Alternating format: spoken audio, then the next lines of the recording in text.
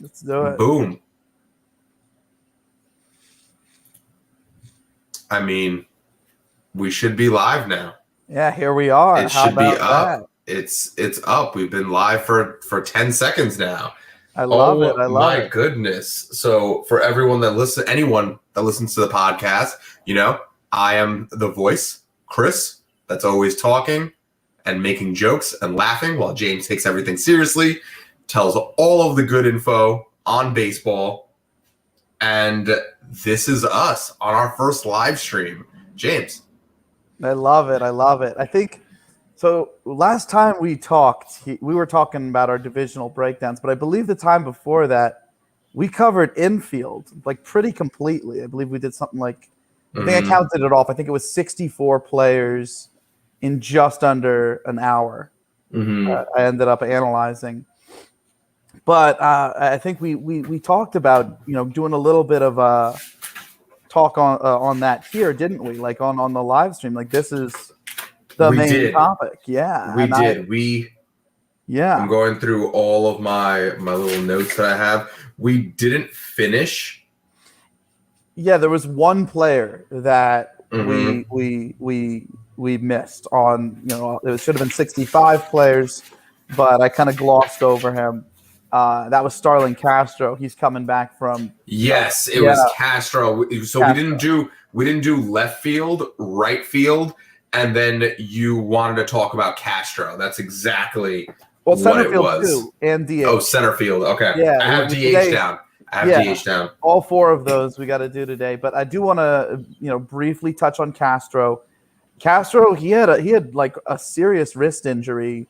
Like before he could even get started in 2020. So in 2019, yes, you have the juiced ball, sure. But, Castro, he was a top prospect. He's always been seen as a guy who his bat was eventually going to come around. He's got a good swing. He's got good contact ability. If it was ever going to come around, now's the time because he's starting to get into his 30s. In 2019, after I believe the first month was over, he got better every single month of the season to the point where, especially in the second half, he was putting up, totals that are a little bit more in line with what we'd expect out of, a normal season from Adrian Beltre, like back in the day, like 300 and, plus batting average, 315 batting average, higher than that, maybe. Lots of doubles and lots of homers. I believe he was about 35% above league average if you just look at that second half. And if you take out the first month of the season, he actually was a monster that year. Now, yes, the juiced ball clearly played a part of it. But I do see a change there. I do see that he's taken his game to another level. And a contact hitter like him, he's going to have a lot of that power just disappear if he has a wrist injury. So it makes me think, is he going to rebound to a certain degree this year? Is he going to get some of that ability back from 2019, that breakout, if you will, this coming season? If he's fully recovered from the wrist with the lineup protection that he has for the Washington Nationals, I think it's going to happen. So I do want to name him. And then I briefly want to touch on some of the infielders who didn't make that group of elite guys for me this year. Brock Holt very much looks like either a partial product of Boston or somebody who needs a little bit more of a lively ball to hit better. But I do love his ability. He can kind of play everywhere. And if the hitting ability does come back, he's worth mentioning. Because someone who can play everywhere at an average or above average clip and who can hit, that's an exceedingly valuable player. Bo Bichette, superstar talent. The one thing I want to mention with him is that I think that there's a strong possibility that he has his sophomore slump this year. And he was brought up through the minor leagues very quickly. He's got a great swing, so I think what could happen is he has great first couple months, and then he tires. I think that's probably what will happen in the end of the season. He'll just not be able to produce as well because he won't be hitting the ball as hard. That being said, in the future, I think he's a superstar. I think, moving forward, that's what he is. Just this year, there's going to be some adjustments and things that he's going to have to do with regards to conditioning in the offseason. And then he'll be set. Then there's Cabrian Hayes. Hayes is an elite defender, plus base runner. He was brought up very quickly. When he went from AA to AAA, he only hit at a league average in AAA. And then he was brought up the next year immediately to the big leagues. I'm worried it was a little bit too quick, and some of the power is just not going to be there over a full year. That being said, he is a really good hitter overall just for contact. He's a very smart player. He's a plus base runner, and he is an elite defender. So he does come up as just borderline on the list. Like, he almost makes the list. Then you have Carlos Correa, who has back problems, but without the juiced ball and without the trash can banging and whistling, if you will, of the 2019 and 2017 seasons, I don't think he's anything close to the same player. If you remove the first 10 games of his season last year, his slugging percentage was like .317. If you look at the second half, his batting average was below 200. It really looks like the cheating and juiced ball helped him. And then when you add on the chronic back problems, I just don't feel comfortable putting him as an elite shortstop when there are just so many good shortstops in the league. I mean, he's kind of just like the divider between the plus shortstops and then the below average shortstops, because, what if he somehow finds a way back to hitting? I mean, he has the tools for it. He has the prospect pedigree for it. But such a fall off. I mean, it may take a while for him to adjust. So he's kind of like that in between. Then there's Jorge Mateo. I don't know if he's even going to end up playing the infield anymore, but it's worth mentioning him here because has an extensive background in the minors at second and short. He's got true 80 speed, ridiculous speed, and he does have pop in his bat, but I don't think he has enough strike zone control to access it consistently at the big leagues yet. If he does, you're looking at a ridiculously fun to watch player, although a maddening one, because he does have some baseball IQ problems. He needs to be a little bit more intelligent about his roots in the outfield or in the infield, either way, because he also plays center. And he needs to be a little bit more intelligent on the base paths and a little bit more intelligent at what he swings at. But I also watched him the other day hit like a double and a single, and then he scored the first run of the team that day. Like, nobody else was scoring, and he just that easily. So it's not like he can't hit. I mean, it was against good pitchers. So he definitely has my interest.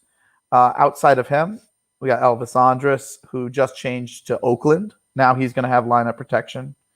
Then you got Taylor Walls. Walls is top defender by the metrics in the minors, and he's probably going to be another one of those polished plays that the Rays like to bring out there all the time. And then, the league adjusts to them and they go back to being about league average. Like Broshow's another one of those. Third baseman for them, can play first too. Got Dietrich for the Yankees. He should really work with that stadium. I don't know how much he'll play. Given the Yankees' injury history, he'll probably play a lot, though. Kind of sad, but it is what it is. I'm trying to see if there's anyone else worth mentioning. Kim coming in from Korea. I think he's worth drawing some attention to. He's got a good swing. He's young for somebody coming over from Asia. He's like 25 years old. So it's worth paying some attention to him. Asdrubal Cabrera, switch hitter, pulls the ball a lot. Going to consistently play second base, not move around at all. He's now in a ballpark that's perfect for him. Down the line in the Diamondbacks ballpark, the outfield isn't curved. It's literally like it's angles. So if you're pulling anything, you can hit it over the fence fairly easily. I think that'll work for Asdrubal. Miguel Sano, he's got power, but the strikeouts. Joey Gallo for similar reasons, but that's when we work our way around to the outfield. Sheldon Neuse got traded to the Dodgers, but I don't know how much big league playing time he's going to get without a colossal failure season by someone like Muncy. Muncy's worth mentioning there too. I think I've mentioned him before, but I don't really like him as much as other people.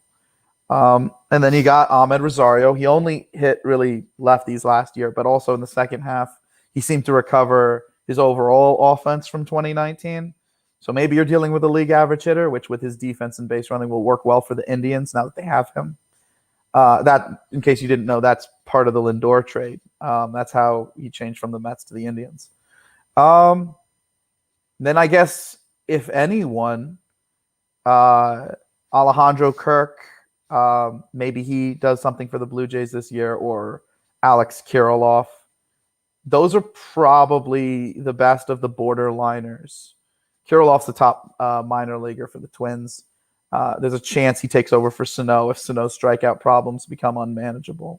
But then again, Sano was a tooled-up guy from the minors. Like, he was one of the best prospects in the game when he was in the minors. So maybe he finds a way to become a little bit less aggressive. I mean, he did have the highest, I think it was the highest barreled rate on Baseball Savant.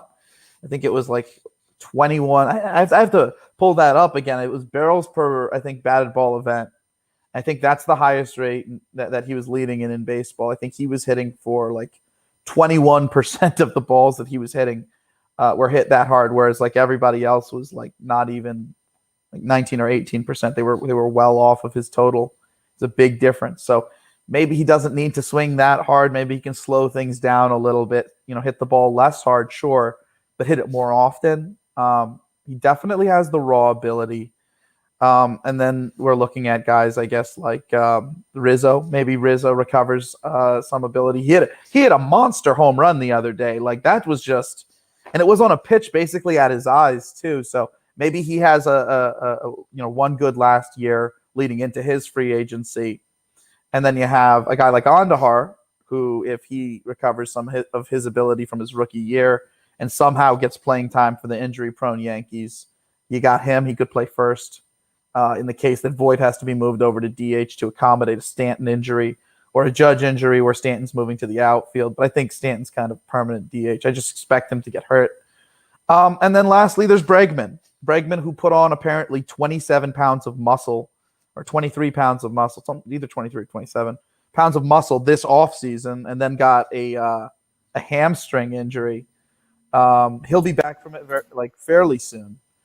But yeah, outside of that group of people, I think the only I was going to ask, I don't mean to interrupt you, but what about I was actually going to ask, because you just said he put on a ton of muscle for the game in the offseason. So what are your thoughts on, because remember, we're here on the live stream. We're live spitting right now. So does anybody have a question? No one has a question, but I'm throwing a question out there for you. Please do. So interacting here. So what about your thoughts on, so he put on this much weight in the offseason to go into the game. What are your thoughts on whether or not that's going to hurt or help a player? Because obviously you said he has pulled his hamstring and stuff like that, everything. So what are your thoughts? Is there such, well, I'm messing up here, but is there such a thing as putting on too much weight for the game? Or is it is there some happy medium?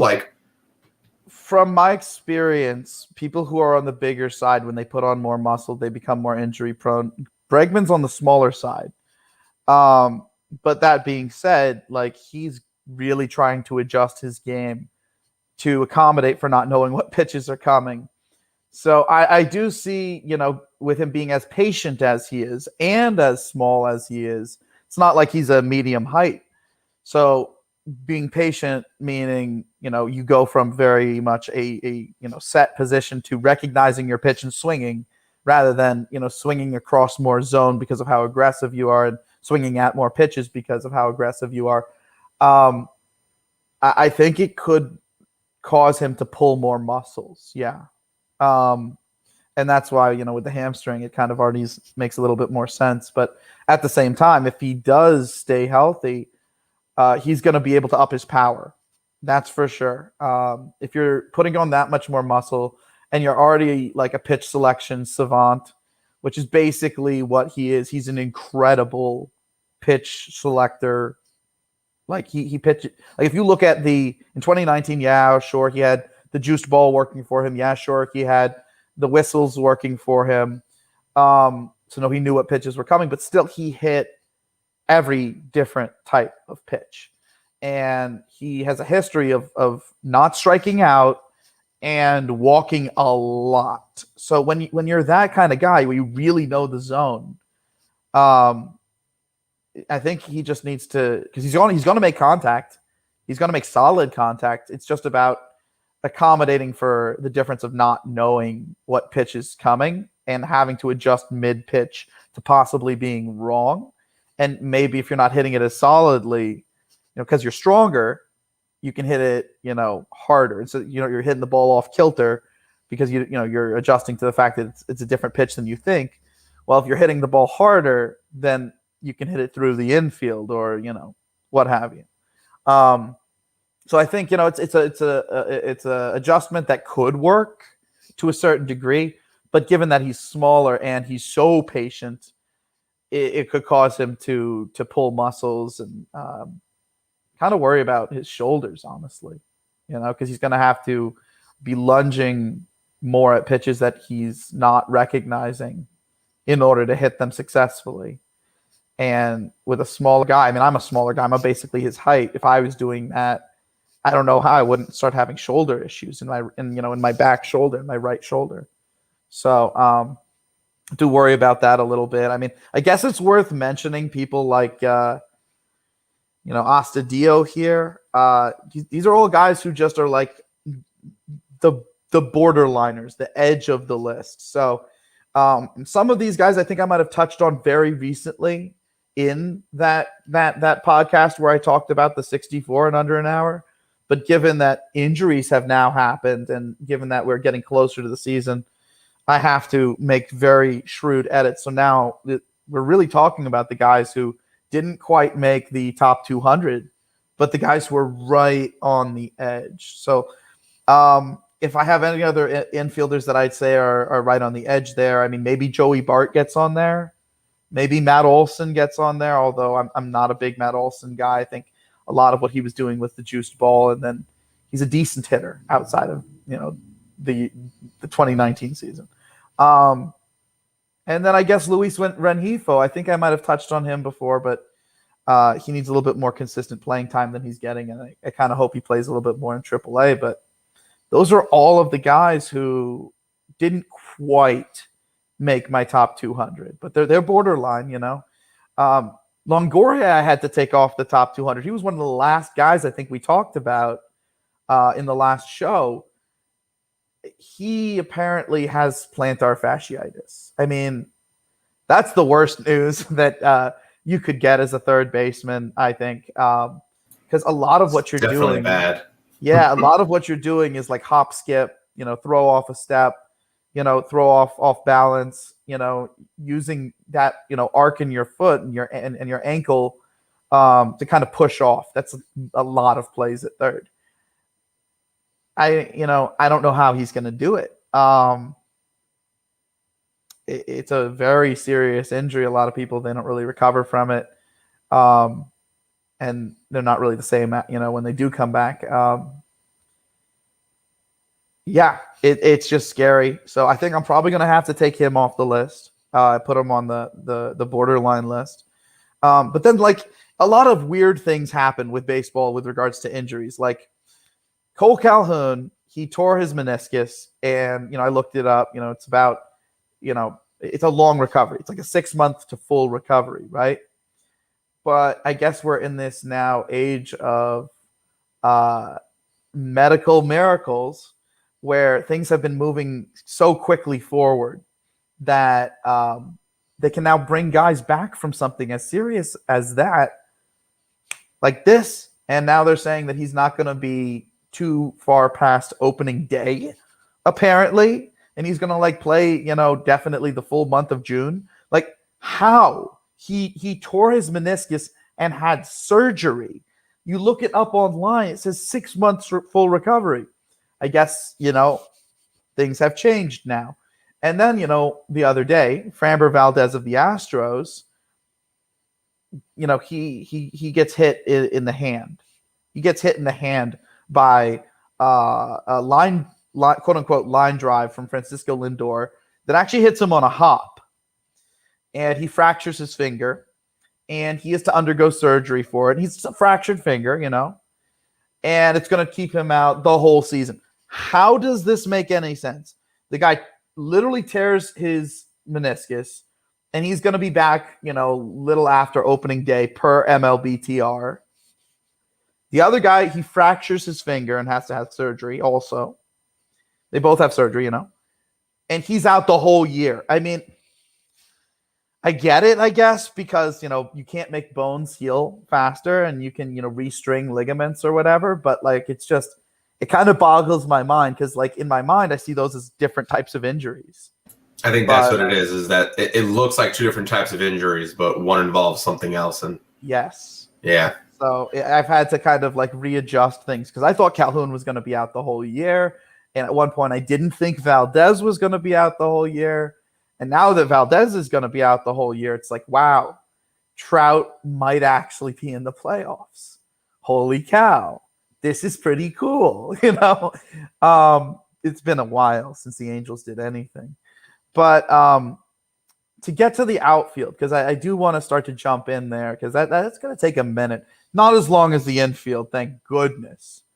But where should we start? You think center field maybe? Yeah, get center field out of the way. All right, so center field's it's a deep position for sure, but it's also an interesting position.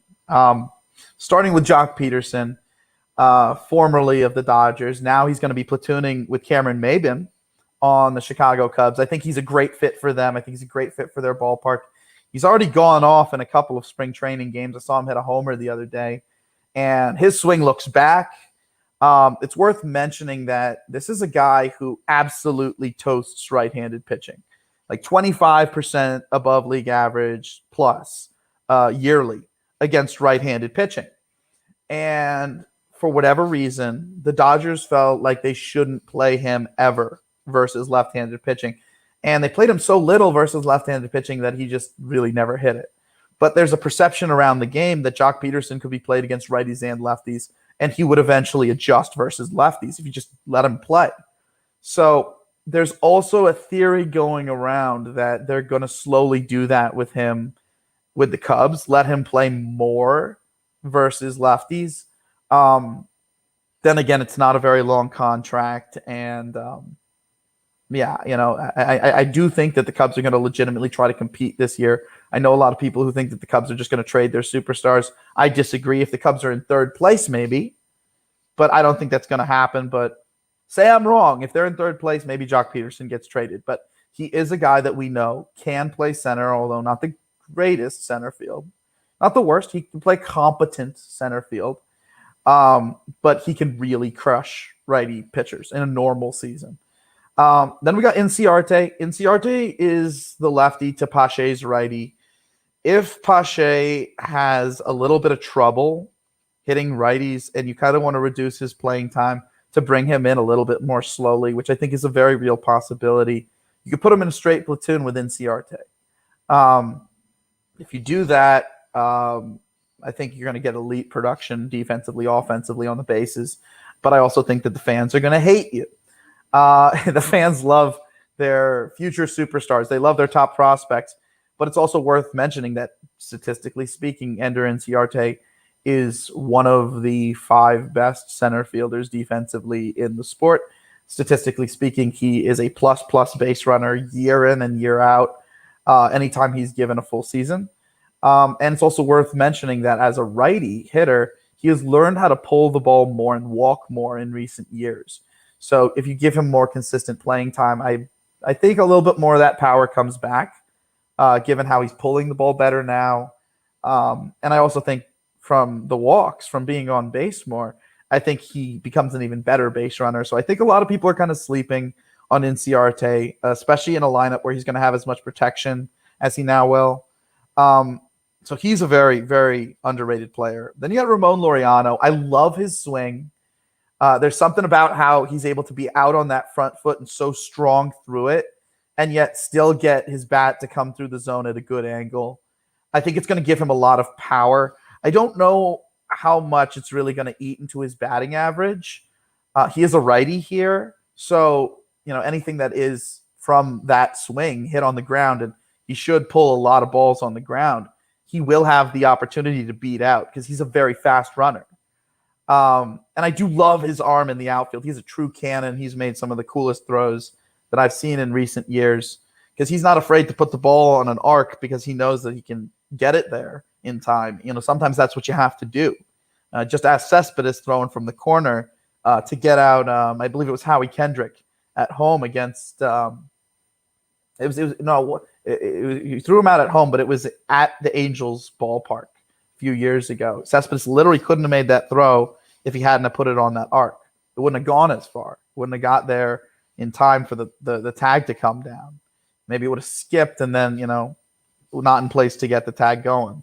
So, Loriano's got a cannon of an arm. He's a true, I call him a 4-tool guy, but he's got enough of a batting eye at the plate that it doesn't matter that his hit tool isn't the greatest.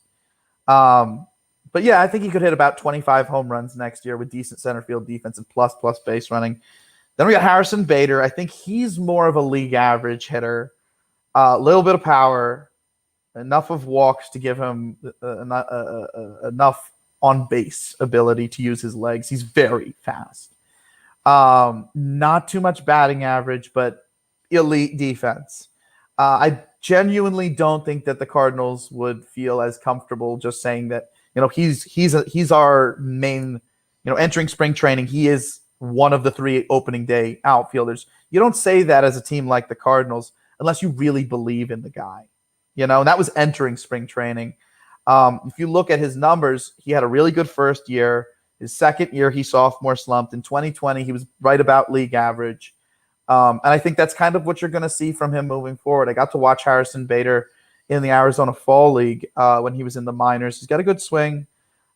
He's not like a ridiculous hitter, but over time he could grow into an above average one, like a comfortably, like 15% above league average instead of probably maybe 3 or 4% above league average, which is what you could probably expect this year. But with that level of base running and that level of defense, I mean, you gotta like really put a lot of attention on him. Now here's another one. I've heard that apparently the Boston Red Sox are planning to put Alex Verdugo in center field. It's an interesting idea. His offense in a sophomore slump plays a lot better in center field, and he does have a cannon of a throwing arm. Given the way that Fenway is built, not a bad idea. And I do think that he is a guy who should be watched this year. This is a development year, and how he chooses to develop in this year is going to dictate a lot over the next couple of years.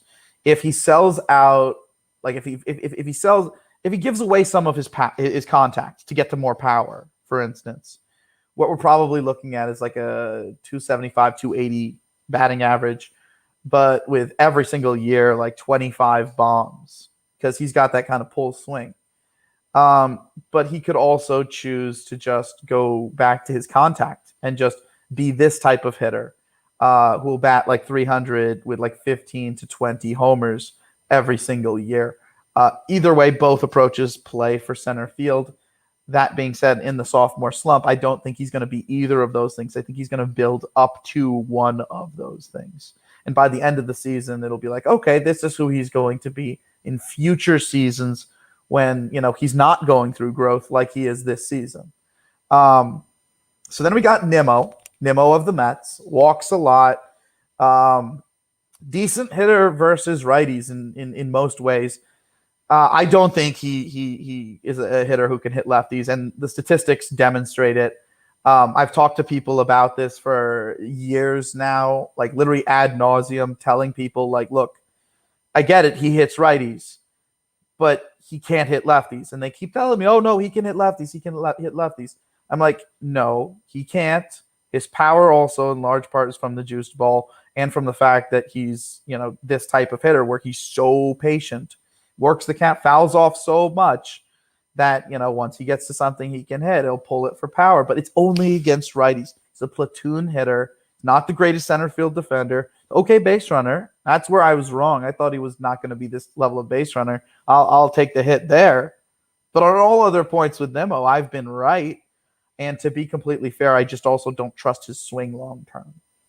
So, maybe that's another one where I'm wrong because, he's so patient that he doesn't have to have the greatest swing. I mean, Gardner does that, but I also don't think he has the contact tool that Gardner has behind the patience. Otherwise, he would have been a significantly better hitter before he brought in this new approach that worked for him in the juiced ball year. I think there's a significant chance that Nimmo comes crashing down to earth over the next couple of years and, is mainly just a platoon bat who you actually would rather have in a corner. And then he's a useful player. But yeah, I don't think he's nearly as good as he was like 2019, 2020. Just saying. And I'm going to stick to that. That's just, so far I've been right about him being a platoon player. But I think, now I think the power is going to start dropping. That being said, with that good of an on-base percentage and in a platoon with Kevin Pillar, the next guy on this list, I think it's going to really work for him. Now, Kevin Pillar, yes, he's the low side of a platoon. He's the righty side, meaning the lefties that he ends up facing. He's not going to get very many at-bats in center field. He'll come in late game to replace Nimmo, sure. But in large part, Nimmo's going to be getting at least 3 at-bats per game in center, at least. But the good news is, if you look at the Mets outfield, they have Dominic Smith, who's also not a very good defender. And he's a lefty. And they have Michael Conforto. And he's a good defender, but he's also a lefty. So with Pillar being a righty, he's going to get time in the other outfield spots.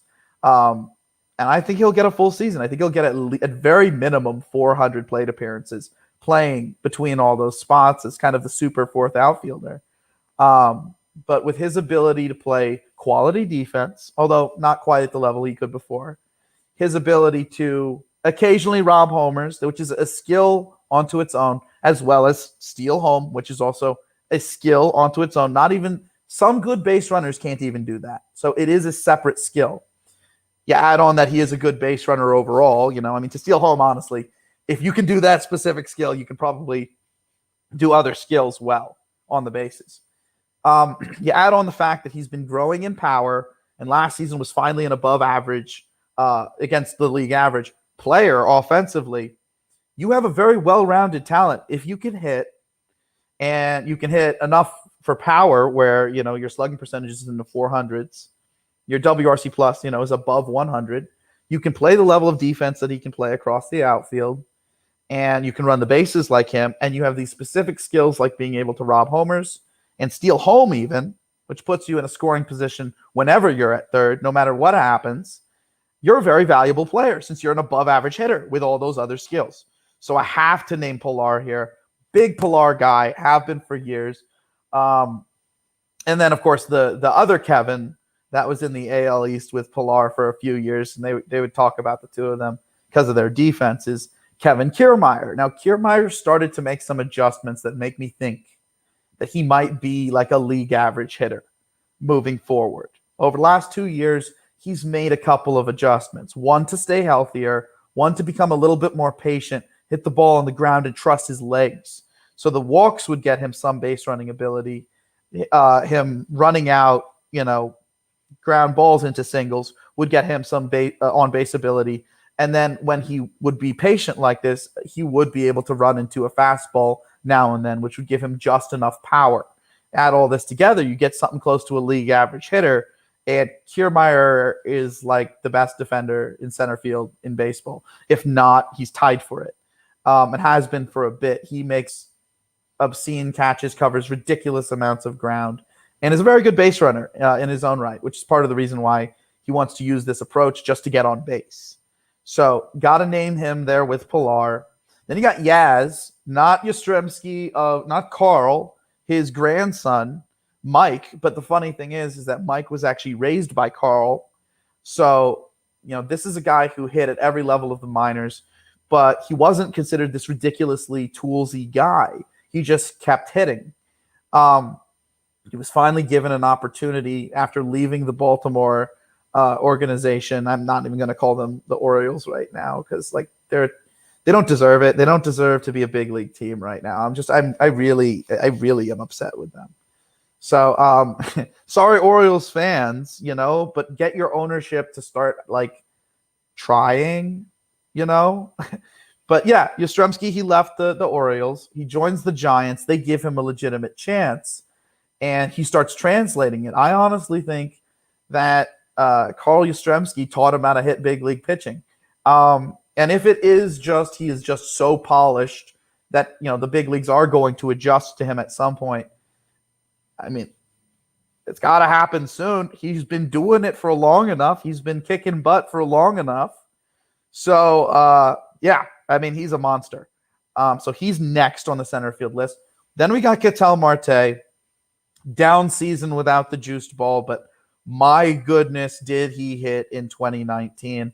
I do think he needs a bigger season than a 2020 season. He's a switch hitter. Switch hitters need longer in the season for both swings to come into form. Specifically, the righty swing will come into form before the lefty swing because usually switch hitters are just more comfortable from the right side. That's just how it is. I don't know why. That's just usually how it is. So you have guys like, Eduardo Escobar, who I named in the previous video that we did, not the live stream, previous video that we did, where he couldn't really hit because he couldn't get both swings into form. And I think his teammate, Quetzal Marte, the other switch hitter, same thing happened with him. I mean, I looked up highlights from Quetzal Marte. Someone online, I think he posted the 10 longest home runs Quetzal Marte has ever hit, just moonshots. And like some of these were just like, I couldn't believe, I didn't even know he had this much power. Again, probably the juiced ball, but a lot of them were from the left side. So it's not like he doesn't have the ability to hit from the left side. So I do expect Quetzal Marte to come back this year and really hit. But the main reason why, his hitting just needs to be even just 20% above league average, or even 10% above league averages, he can really, really run. And that's always been apparent. Like, this is a guy who could steal like 25 to 30 bases, but he's also a triples guy. And in the Diamondbacks ballpark, I mean, that's a triples ballpark. So any sort of power will play with his legs. So it's going to be really fun, specifically watching him this year. Then we got guys like Bellinger. Now Bellinger's one of the top like 2-3 center fielders. So don't get it out of order here. Bellinger's been a guy who I've loved since the minor leagues. When he first came into the league, I told all my friends, watch out for this guy. And then he went off. And then his second year in the league, before the season happened, I said, this is the kind of guy who's going to have a sophomore slump. He'll still be about 10-15% above league average. Boom, that happened. And then I told my friends, watch out. He's about to have a crazy, like, MVP caliber year. And then it happened. And then he kind of had a rough year last year, but I think he needs a longer season with a guy with his kind of bat speed, who's as aggressive on balls as he is. It takes reps. That's another thing. Switch hitters take till the second half to really round into form. And hitters who have ridiculous swing speed at point of impact, David Marshall's study, those are the hitters who also take a little bit into the season to warm up. And I liken it to, like, imagine if you're swinging so hard that it just doesn't align with the balls that are being thrown typically by pitchers. So what you have to do is over the season, as you get more and more at bats, you're swinging so hard that you just have to align it better and better. And then after a certain point, everything's in sync and nobody can get you out. And that's how I kind of think about it with some of these guys who've got ridiculous bat speed and still the ability to make consistent contact. And Bellinger's one of those guys. So I think in a bigger season, he's going to do bigger things. Then we got Trouter, best player in Major League Baseball. Like, this is a guy who, if you haven't seen him, buy a ticket, find a way to watch him. He is a generational talent. Go and compare his numbers at the same point in other Hall of Famers' careers, and he's putting up numbers on par with Mays, on par with Mantle, on par with everyone, And year in and year out, his numbers are as good as the people who win MVPs. Like, if you just decided for like the last, I think, 10 years to just give Trout the MVP every single year, I'm not sure I'd have any sort of complaints at all. He's that consistently the best player in baseball. If anyone wants to say, oh, Mookie Betts is better, Tell them they don't know anything. If someone wants to say Tatis is better, tell them they don't know anything. Soto, no. Acuna, no.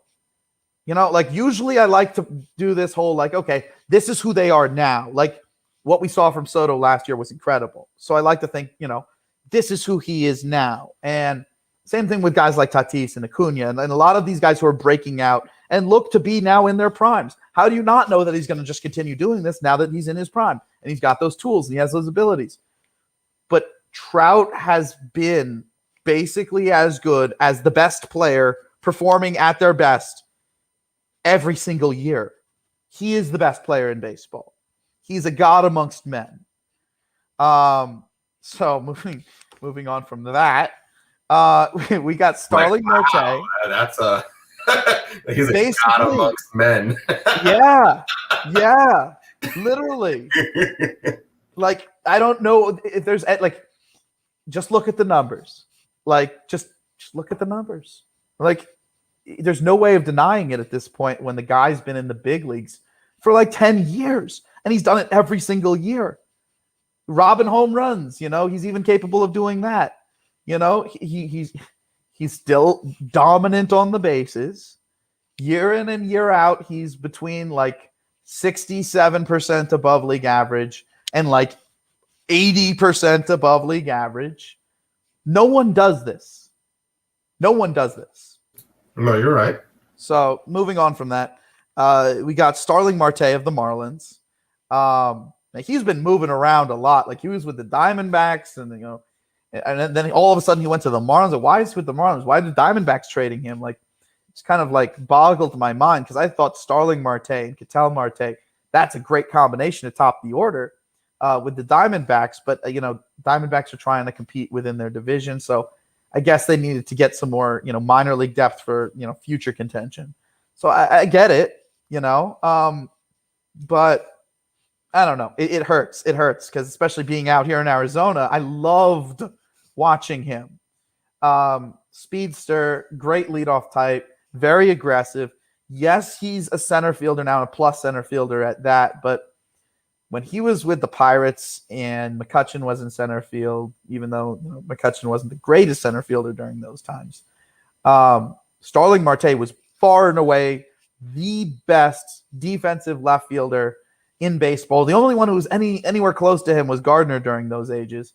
But Marte did some absolutely insane catches in left. So I like to bring that up because if you're a contending team and you go and trade for him from the Marlins, you don't like if you already have a center fielder, you don't realize how much you can improve your defense by just putting him in left.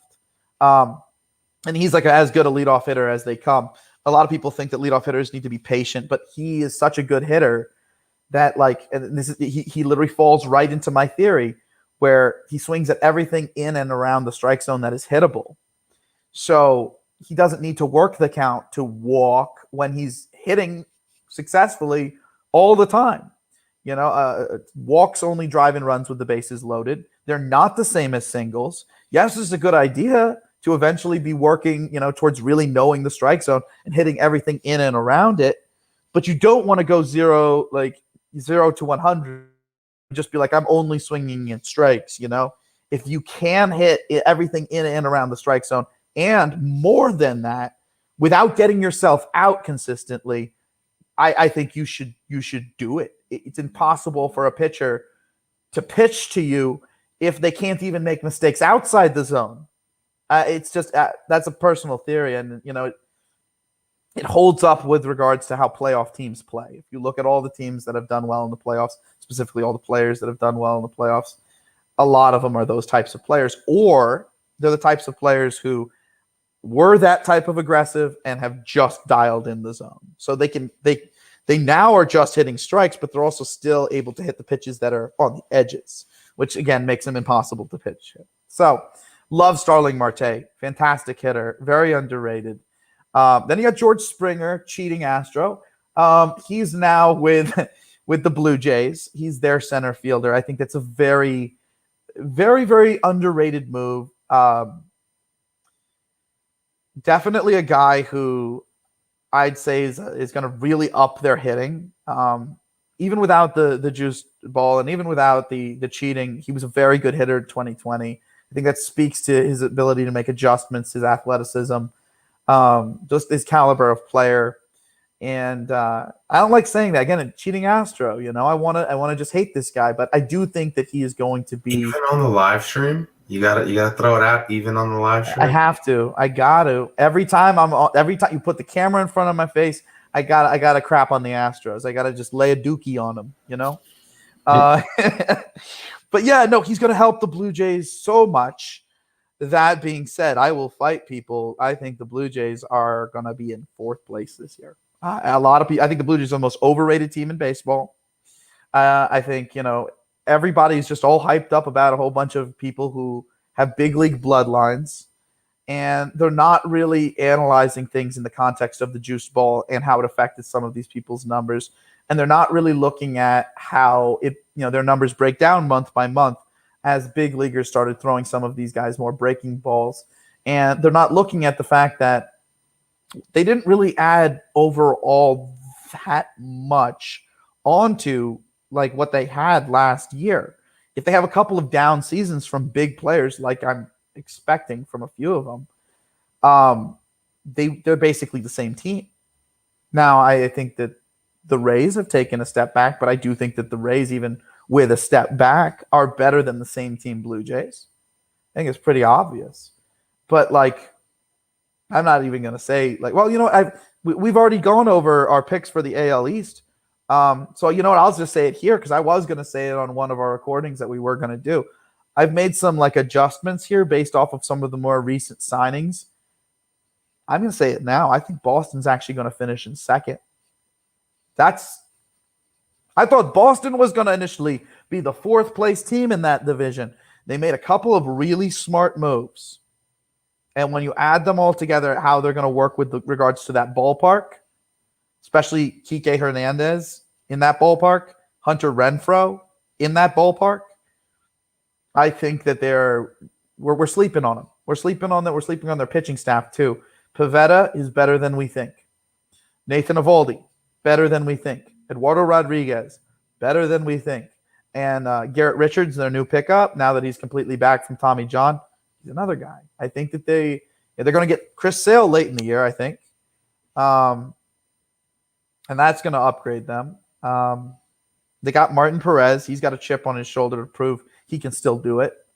They don't have a bad bullpen. They still have Devers, Bogarts, Vasquez, JD Martinez. Now they have Kike and Renfroe. They got Verdugo, like I named a minute ago. I mean, they got a team. They got a team. And I honestly, now that Morton and Snell are gone from the Rays, and now that a lot of the league has now adapted to quite a few players on the Rays, guys who were really polished players. The Rays and the Cardinals do that very well. They bring in guys who tattooed the minors, very polished players, not top prospects, not very toolsy, but they know how to get things done. And then once the league adapts to them, they become about league average or slightly below hitters. So, but yeah, they bring along these guys that do really well their first year. And I think now the Rays are going through this adjustment. They've had to bring in guys like Archer and Rich Hill and Colin McHugh to kind of give, Luis Patino and, some of their other pitching prospects more time to develop. McKay's coming back from an injury. You got the screwballer coming back from an injury as well. So you want to give some of those guys more time. I think it's a development year personally. I think we're going to see some prospects, especially in the second half for the Rays, but I think they'll be more of a force in 2022 when they can call up Wander Franco, who is one of the best prospects in all of the minors. Some people would say the best. A lot of people would say clearly the best. So I want to note that real quick. But Springer's going to be a huge help to a Blue Jays team that is going to have some growth from some of its youth, so to speak. So Springer's on there as a top center fielder.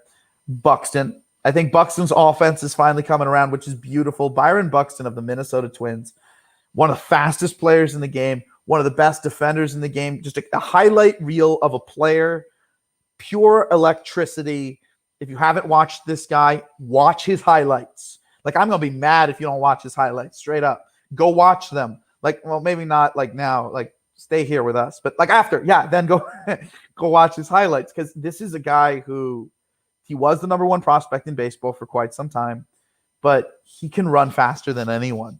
He covers more ground than anyone. I mean, he's right there with Kiermeier. That's why I say if Kiermeier's not number one, he's tied for one. Well, tied for one would be with Buxton, because Buxton can do absolutely insane things. I kind of worry, though, that he's going to get himself hurt out there. He's done that in the past, like running into walls, you know. But that being said, if he learns how to pace himself, maybe put a little bit more muscle onto his frame so that if he, runs into a wall, he's a little bit padding, he's pure electricity, man. Like he's one of my favorite players in the entire sport. Yeah, he's literally like, if I'm going to pick like a top 30 players to watch in baseball, he's one of them, So yeah, Byron Buxton right there. Then you got Aaron Hicks, who walks more than almost anyone. But also he's coming back from an injury, and I think he kind of has a chip on his shoulder. We know he can hit. We know he has power. We know he has a lot of speed. We know he's a cannon from the outfield. But I think he has a chip on his shoulder to prove that he can be as good as like some of the best guys out there. Because now he knows he can hit. Now he knows the strike zone. Now he's got this like beautiful buggy whip swing from the left side, and then, his usual just drop and drive from the right side, which is his better side anyway. I think we're going to see a career year from Aaron Hicks. I think he's going to get on base a lot. I think he's going to run the bases. I think he's going to be a lot better than we remember him being in a while in the outfield. And I do think he's going to hit for like 25 to 30 home run power. He thinks he can hit 30 homers if he's healthy a full year. We'll see. I think it's more like 25 homers with 40 doubles. But even then, with his profile, switch hitter, cannon from the outfield, good center fielder, has power. BSRs are, as good as most people in baseball. Yeah, he truly is, because of how much he gets on base and then how efficient he is on the bases, not just at stealing, but also going like first to third, second to home, tagging up. He's got one of the highest BSRs of anyone in baseball. He's a fantastic base runner. So you add on the power, you add on, that he looks like he'll be healthy this year. You add on the improved defense that he's been making adjustments with. Most people haven't really paid attention to that he's actually been focusing on being better defensively in the outfield. It was very quick in the offseason. That was like put out there that he's focusing on that. Then it kind of disappeared. But I remember it, and I think it's a really important thing to note with a guy who's as athletic and dynamic as him. So he's on there. Then we got Jackie Bradley Jr. Now, here's an interesting one. I thought initially, that Jackie Bradley Jr. was going to be in center field for the Brewers because they just signed him. But they're keeping Kane in center field. So I'm going to have to switch out Bradley now. I don't understand it. Kane's offense plays a lot more to a corner, and Kane has played corner in the outfield in previous years in difference to Gerard Dyson. And I do truly believe that Jackie Bradley's a lot more dangerous and dynamic in center than he is in a corner. And his offense plays a lot more to center than a corner. But they want to have Jackie Bradley in a corner now. So I guess I'll talk about Bradley in a minute. I guess it's Kane in center for them. Kane's great. Can hit for average, can hit for power, has this awesome swing where he kind of just leans back on the ball so that he doesn't need to put as much of his body into it. He can just get the angle going. And that allows him to hit for enough power, especially with his elevated contact ability. Makes contact very easily. Hits for average, like I said, hits for doubles and homer power. So it's not just like he sells out for power. He does hit for about as much doubles power as home run power, meaning 35, 40 doubles, and then like 20-ish homer power. But yeah, he's a fantastic defender. So even just him being the center fielder, it's not the worst thing at all. I mean, he's better than most people I've just named at the position. He's a better center field defender than Starling Marte. He's a better center field defender than Springer. He's a better center field defender, I think, even than Trout. So elite defender either way. Brewers are going to have some sort of defense in that outfield with him and Bradley. And then last center fielder I really want to mention here is Luis Robert of the Chicago White Sox. Now, Robert, he had like his first 2 months of the season last year, he was like 60+% above league average. And then he really tanked. He fell apart in the last month of the season. If he is the guy he was before like the last 10 games, he is one of the best players in Major League Baseball, period, between his defense and his offense. Do I have anyone else on the honorable mentions list who can play center? I've always been a big Mason Williams fan, but I doubt he's going to get a chance ever again. It sucks, but I guess that's how it is. You need guys, I guess, who are definitely going to be an above average hitter rather than guys who are probably in the right situation being a league average hitter, although they could give you the defense of any other center field. That's what bothers me about, like, in the modern game, they're so obsessed with offense that even at a defense first position, they don't go with somebody who can give them just enough offense and plus base running and elite defense. They go with somebody who gives you defense and plus offense and base running. Why? I don't like this. This is not a sport if you do that. It's just a hitting contest. Like, there's a reason why Moneyball doesn't work in the playoffs. But anyway, anyone else on the borderline who's a center fielder? Let's see. Tauchman. He hit a monster shot the other day. If he is like, if Tauchman's 2020 can be written up solely to like he was hurt in the second half, and Tauchman is who he was in the first half and who he was in 2019, Tauchman deserves to be on this list over multiple people. But if Tauchman is more about who he was 2020, or even just like maybe a 90 WRC plus, like decent-ish, then yeah, he should be a borderliner. But I don't really know what to make of him right now. He could legitimately be either, and he has an equal chance of it. I'm a sucker for Gerard Dyson. Analytically, people hate him, but he is perfect for laying down bunts. If you play him as a platoon bat and you put him as your 9-hole hitter and you give him a lineup of like really decent hitters, he will hit around a 90-ish WRC plus. He's learned to walk in recent years. He's learned how to pull the ball a little bit in recent years, although I am not sure if that's because of decline or not. But if it isn't, he's legitimately improved, not just at getting on base, but also at hitting. Going from with the juice ball to without the juice ball definitely was going to impact a player like him.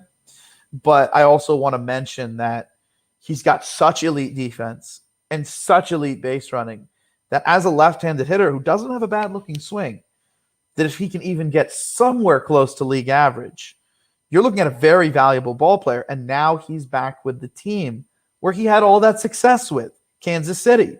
And I wouldn't be surprised if he took over center field from Michael Taylor. I could totally see it. I think that's a perfect ballpark for him. And now he actually has more lineup protection in Kansas City like he used to. They brought in a bunch of hitters this offseason. So that's interesting. Any other center? Christian Pache, but I think he might have been rushed. Elite defense, elite base running. He needs to prove he can hit for me to really, give him a lot of attention there.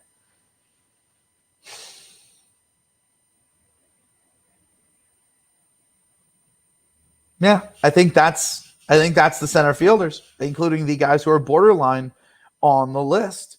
So left field or right field next? What we doing? Let's try out. You know what? I was going to say left. Let's go right field. Right field. All right, I'm down. So right field has Yasiel Puig. If he signs with it, and look, he's going to sign with a team at some point.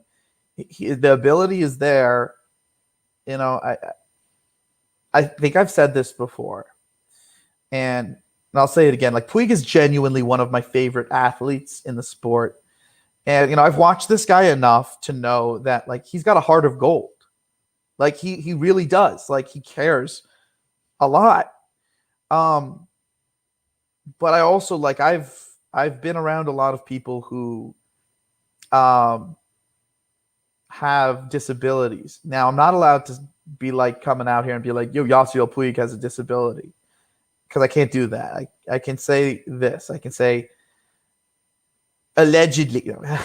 I can basically say we always gotta we always got to say allegedly. We got to say that just because we don't want to get in any sort of trouble. But I do think that there's a possibility that his hyperactiveness and the tics, I wouldn't call it tics really, but because I don't want to take away from people who have legitimate tics, but the licking of the bat and the wagging of the tongue and the all of these mannerisms, I think that it may stem from something. And I do think that if I'm right and he were able to get some sort of testing for it to verify this and then get some sort of medication, which could actually help his social life and his own home life and whatever, helps across the board. I mean, I honestly, I want the best for this guy. And that, I see this guy he's got a golden heart. But I just think it can't hurt to get a test to see if medication could help, because if all of a sudden the league doesn't perceive this guy and teams who hire this guy don't perceive this guy as, annoying even, which I'm sorry, but people who have disabilities can sometimes be perceived this way. They come on too strong and they're all the time. If he can find a way to medicate that to a point where he's comfortable and his teammates are comfortable, his ability is so good that I can't imagine a team not being willing to commit on a long-term basis to him. Because if there's no sort of issues in the clubhouse, you're looking at one of the best talents in the entire sport.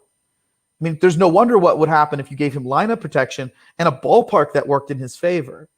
So for his personal life, for his career, for his kids, possibly, maybe he'd make more money doing this. I think he would. I just think it's not a bad idea to look into if he has it. I mean, if he, look, if he doesn't have any sort of disabilities at all, then taking the tests and figuring that out, no consequence. But if it's a possibility of making hundreds of millions of dollars or $100 million or $80 million, I mean, I don't know. I would do it. I would just take a test to make that much more money. I'm sorry. It's just, especially if it has a possibility of improving my life. And, when you watch Puig play, I mean, it's obvious that, like, this guy has a soul of gold. So I hope something like that happens to him, or like, I genuinely hope he has like a really good rest of his career. I love watching him play. He's like ridiculously entertaining. And it's not just, all the mannerisms. No, he's got a talent that just shines. It's incredible. Cannon of a throwing arm. I mean, I don't want to talk about Puig all day, but goodness, he's got some of the best tools I've ever seen. And he's put it into production in the past. So then we got Harper. Harper's probably, if you take away the shift, Harper's probably the best player offensively in baseball. But the shift eats him up a lot with his current approach. Most seasons, he's 45-50% above league average still. Crazy power, one of the most beautiful swings I've ever seen. He's just going to do this moving forward. It hurts to think that this is a guy who would have been a Yankee if they hadn't made the Stanton trade. Because if you put him in Yankee Stadium with the Yankees lineup protection and grew up a Yankee fan, has always wanted to, win championships and the Yankee uniform. I mean, I'm a Yankee fan, okay, so whatever. But like, he would have been so good. He would have been so good. So it hurts, but at least he's able to play for Girardi and Yankees. The National League version of the Yankees, which is the Phillies. They got McCutchen, they got Didi, they got Joe Girardi, they got Ronald Torreyes. They got all these former Yankees. I love watching the Phillies play just because of that. But he's over there just kicking butt. And then I was going to talk about Jackie Bradley. Yeah, they're putting Jackie Bradley in right field, which is kind of wild to me. Jackie Bradley, he has a history of not being as good versus lefties, although he's been working on that. He has a history of being a hot and cold player, except when he's hot, he lights the league on fire, just puts the team on his back.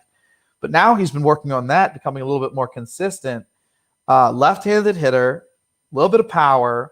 Because he's hot and cold, Baseball Savant doesn't like him because they don't like that type of guy. They underrate those types of guys because when they go through their cold streaks, they weigh it a lot more than they should because it's not who they really are, And he's obviously one of the best defensive players in the game and a plus base runner. But given that he's a lefty, in theory, if you're putting him in right field, you're platooning him with Avi Garcia. Avi would probably play against righties Avi would probably play against lefties and Bradley would play against righties, which would allow Bradley to play, the full season, sure, but also from facing, a consistently handedness that works for him and the league not really knowing him going from the AL to the NL. I think he has a pretty decent season. And then, of course, his whole team just runs the bases. So that's going to be really fun. Like the Brewers they have an elite base running squad. They added Colton Wong to the infield too this offseason. So like they got Kane, they got Yelich, they got Arcia. Like they're fast. But moving on through right field, you got Mookie Betts. Now Mookie Betts is one of the 5 best players in baseball. Elite hitter, elite base runner, elite defender. He doesn't really strike out. He gets on base. Like, there's nothing Mookie Betts can't do. And now he's with the Dodgers. And, he's with them long term. And it's just going to be really fun just watching the rest of his career out in L.A. Especially because, us Yankees are not going to have to deal with him. He was with Boston before that. I love it.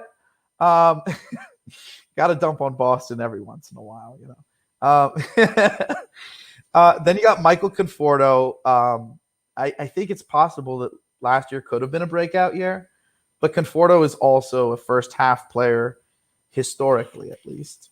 I'd like to think that this is like a new leaf for Conforto, and now he's like this monster, hitter for like maybe the next 4 years. It's possible, but even if he's the guy he was, 25% above league average, consistent health, elite. I won't say elite defense, but consistently above average defense. Like you're not worried about him making errors there and losing the game for you. Very steady player. Like if you're talking about a guy who just can be in there every day, day in, day out, getting on base, consistently hitting for power, just doesn't really matter. Steady Eddie, if you will, always healthy, doesn't make errors. That's kind of Conforto. And if he's turned a new leaf, now he's that with power. Like not just he's had power before, but now like power, like 35 homer power. So it's worth watching. Then you got Will Myers for the Padres. He's a guy who should probably be more of a first baseman, but they got him out there. They're kind of hiding the defense. It's not the worst defense. It's not the best defense. It's just kind of there. Can hit, aggressive ball player at hitting. Hits for balls in play successfully, hits for balls out of play successfully, and very underrated base runner. So with the combination of those two things, got to have him on here. I think if you give him a better ballpark, he does even more things. And I also think he has the possibility of dialing in the zone, swinging at only strikes and more strikes over time, and I think that could give him even more power. Myers was one of the best prospects in all the minors when he was down there, and he was actually with the Kansas City Royals at that point. I believe they ended up trading him in order to who did they bring in with that trade? They traded him. I think that was one of the trades that got players that helped them actually win the championship in 2015. So I remember being like, they lost him, but they got their championship. So it's kind of like with the Chapman trade the year after, they got Chapman, and then they lost Chapman to the Yankees after, they traded for him, and then the Yankees got him back in the offseason. And it made them lose Gleyber Torres. But the Cubs got their championship, so it's fine. Got Juan Soto, who's now moving to right field. I'm really hoping that what we saw in 2020 is who Juan Soto is moving forward, because if it is, you're looking at a Bonds-level player. And when I first saw Soto, I was like, this guy reminds me of Bonds. Like, this guy reminds me of Bonds. Like, literally the first time I watched him ever. And, I only brought that up, obviously, around select groups, because for anyone to remind you of Bonds, let alone a 19-year-old, you don't really want to bring up a lot of those types of comparisons. But, certain people, I was like, this guy reminds me of like just across the board of Bonds. Left fielder, just absolute mastery of the strike zone. This buggy whip swing that he doesn't even have to fully hit balls to hit him out of the ballpark.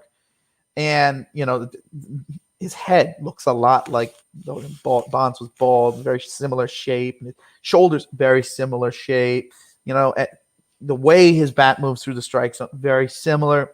And I was just like, Bonds, like Bonds. But like Bonds with a better eye at a younger age, but maybe without the base running. Because Bonds, you got to remember, saying this for a while. Like Bonds was a great base runner, like a historically great base runner. He was one of the, I think he was is he the only guy in the 400 club? I think he is. 400 home runs, 400 stolen bases. But you remove the base running from this, and Soto he's a picture of Bonds. And then last year, he put statistics to what I was saying. WRC plus was 201. It's 101% above league average. Like I think I said earlier, Trout on a year-to-year basis, he's usually 67-ish to about 80% above league average. And last year, Soto put up 101% above league average. Like Harper in his best year was like 97 or 98% above league average, and he's never done anything like that since. I think the last time outside of Soto that we saw one in the 200s, I may be wrong, but I think it was Bonds. So that's cool. No one does that. No one puts up WRC pluses of 200, and Soto did. But again, it was a shortened season. I need to see it over a full year, because if he does it over a full year, I mean, Trout now has competition, because that's 20% better than Trout. Even in a good Trout year, that's 20% better offensively. Not on the bases, not in the field. So Trout might have that even it out, but now Trout has someone there with him if Soto does it over a full year. Then you got another right fielder, same division, and they always compare these two. They compare Soto and they compare Acuna. The Acuna argument is Acuna could play center field. The Acuna argument is Acuna could go 40-40 in a season, 40 homers, 40 stolen bases. That's why Acuna is better, because Acuna is faster, basically, is their argument. But Acuna batted 250 last year. Soto batted 350 last year. Soto's on-base percentage and slugging percentage were both 100 points, roughly, higher than Acuna's. If you're 100 points in batting average, on-base percentage, and slugging percentage better than another player, I don't care if the other guy is faster. I don't care if the other guy can advance one base more often, like by 30 times a season. It doesn't make up for 100-point difference in those categories. And if you doubt me, go look at the numbers. Literally, it was a 100-point difference across the board. Average on-base percentage, slugging is what it is. And those aren't even analytics, really. So, and then if you want to break it down to analytics, difference in WRC plus is just, it's massive. But that doesn't take anything away from Acuna, because I think Acuna is better than Aaron Judge. Aaron Judge is the next guy I want to name here, and that doesn't take away anything from Aaron Judge. Aaron Judge is one of the best fielders in Major League Baseball. Robs home runs, throws guys out like nobody's business. He walks more than most people in baseball. He's got more power than almost every single player in baseball, not just oh, I hit the ball hard, like playable power, like ISO power, like BABIP power. It's right up there with Stanton. And Stanton now, we don't know if he's going to be able to be healthy moving forward. So Judge might be the game's like premier power hitter.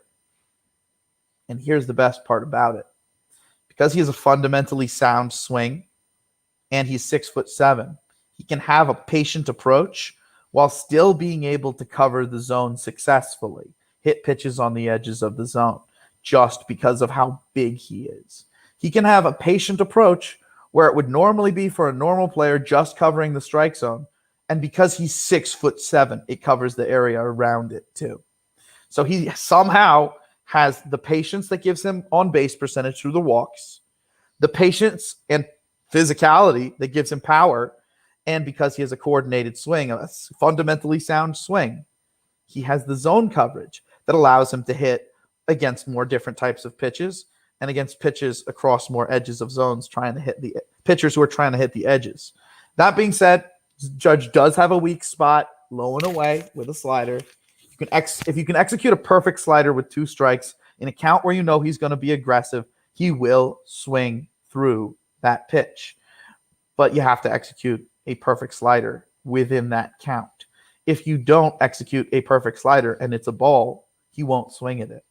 So it's very hard to get Judge out. It's very, very hard. Don't give him a changeup. Don't give him a fastball, especially in a count where he's swinging. He'll kill you. So Judge is one of the best all-around players in the sport too. But like Acuna is a 40-40 potential guy. So that's why I say, Acuna can put up similar offense, but he can do that. He can play center, so Acuna is a step above. Then you got Jason Hayward, whose offense finally came back. He got a little bit better each year from his first year with the Cubs. Now he looks like he's back to hitting the way Jason Hayward used to hit, which is awesome. He was the number 1 prospect in baseball at one point in time with Steven Strasburg. Some publications had Strasburg better. Some publications had Hayward being better. Hayward's an elite defender. He's a left-handed hitter. So even should he decline, you can start platooning him. And now the offense is back. And because of how huge he is, there's a degree of power here. Then we got Gregory Polanco, who, I think he went yard off of his teammate Tyone, the Yankees' new pitcher. And, he said something really nice about Tyone, how, him and Tyone were going to be like brothers for the rest of their careers because they were injured, year after year after year, but the ability was there. And, they've hung around the big leagues, and they're going to do it. I think Gregory Polanco wasn't properly conditioned in his 2019-2020 season. If you go back and you look at Gregory Polanco highlights from the last time he was healthy, this dude was an utter monster. And I think we could see a season, I think we should see a season like that out of him this year. Everyone is sleeping on Gregory Polanco. I'm not. I'm apparently I'm not everyone. No, I think he's going to have a great year. Then you got Nick Castellanos with the Reds. I think it's good that he's joining a team. Well, not joining, but coming back to a team that has enough lineup protection for him. It's not a good fit for the Reds. It's a good fit for Castellanos. I think his offense will rebound. He's been a guy who's needed a power hitter's ballpark. He's been a guy who's needed to be with lineup protection for quite some time. I mean, he was stuck in Detroit for all those years. We saw a taste of what Castellanos could be when he was traded to the Cubs. But then when the juiced ball went away, I think it really threw off his swing. He has that JD Martinez, Chris Bryant-esque swing. And I think people who either come too far down to the ball at contact or too side to side to the ball were really at disadvantages last year when the ball changed. So I think coming out of that with lineup protection and a ballpark in his favor, Castellanos is going to have a big year. He definitely has a lot to prove. So he's always hitting the ball hard. This could be his year. Then you got Adam Eaton back with the White Sox, the team where he was like an elite right fielder. Like literally one of the better defenders in all the outfield for the White Sox the last time he played there in right field. And he's kind of going to be the veteran on that very young White Sox squad. I mean, they're full of former top prospects and youth. And I think that you need a guy like Eaton to kind of get things going, because not only is he like a veteran, sure, but he's a spark plug too. He's a leadoff type who can hit a little bit, get on base for everybody else to drive in. And when you have like the leader of the club, the veteran guy coming off a World Series win with the Washington Nationals in 2019, I think Eaton's a great fit to come back to the White Sox. I think they needed exactly someone like that, a veteran presence with all of this youth going on. Dallas Keuchel even made a comment about the White Sox saying that a lot of their players didn't seem like they knew how to win. They did they weren't taught a winning culture, which is really sad for a team that has that much talent. If any team has a winning culture, it's the Washington Nationals. So Eaton coming over from there and having, formerly been with the White Sox, I think it's a great fit. So he's going to be a fantastic right fielder for them. Then we move to Whit Merrifield, who's apparently going to be playing right field for the Royals. I guess. I mean, honestly, the Royals have Nicky Lopez at second base. I don't know why they think that Nicky Lopez is going to hit. But let's say the Royals were to then move Merrifield to second and start shopping on the Puig market. That offense, holy cow, would be dynamic. They got a guy everywhere.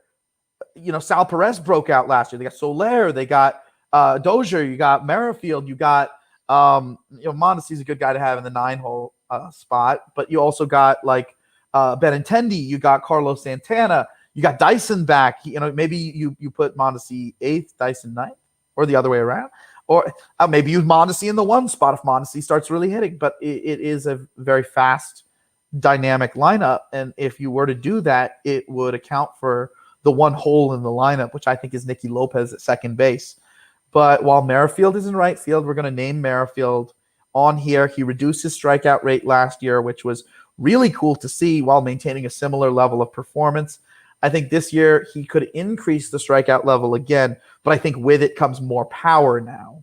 And I think he's going to run the bases more, because he didn't really run the bases too much last year. So with that power comes even more base running ability that like he had the years before.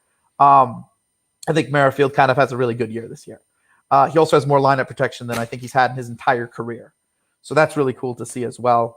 And then you got Dexter Fowler, who's joining the Angels. He's finally leaving St. Louis, where he was, dealt with a barrage of racist, slurs and, just hate actually coming at him from the St. Louis crowd. This was genuinely something that he had to deal with a lot while he was there. And he wrote a lot about it, and he made podcasts about it. And I think it was a big issue. And I think he got in his head, and I think it started messing with his performance. Now that he is with Los Angeles, he might be their 9-hole hitter. I think we're going to see, what they would call, at least back in the day, a dead cat bounce season from him.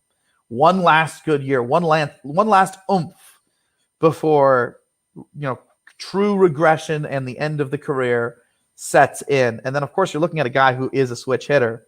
So with a longer season, he should do better. And at least against righties, Fowler was hitting at his older levels last year, even with being in St. Louis, even with feeling that, kind of dread and cloud every time you're going out there, every time you're going out to play. So, and that's all the right fielders. The right fielders that are on the borderline, there's next to none of them.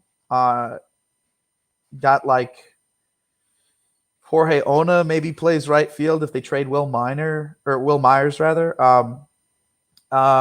Jorge Ona's got a lot of power, but I don't even know if he's big league ready. Maybe Larnack, but I don't think he's going to take over right field. I think if Larnack comes up, he probably takes over left. I think Kepler probably at worst gets put in a platoon. I don't like Kepler. I think Kepler gets even worse this year. But if you put him in a platoon, he can do fine. So I think that's probably what they're going to do with the Twins. Cole Calhoun, if he comes back from that meniscus surgery, I mean, I don't know how he's going to or what he's going to look like. Maybe Dylan Carlson if they put him in right field. But again, that's a switch hitter.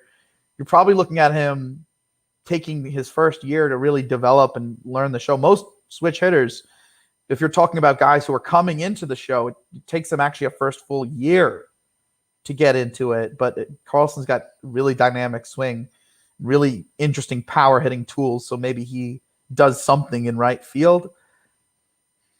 Maybe is Robbie Grossman going to be in right field for the Tigers? I mean, they have no lineup protection for him. I doubt he does what he did last year over a full year, especially how he fell apart in the second half. Maybe Melky gets signed to be a right fielder. I mean, he needs lineup protection through the roof, but he's a pretty underrated hitter. A lot of teams have kind of juggled him around, trading him midseason. That messes with his numbers.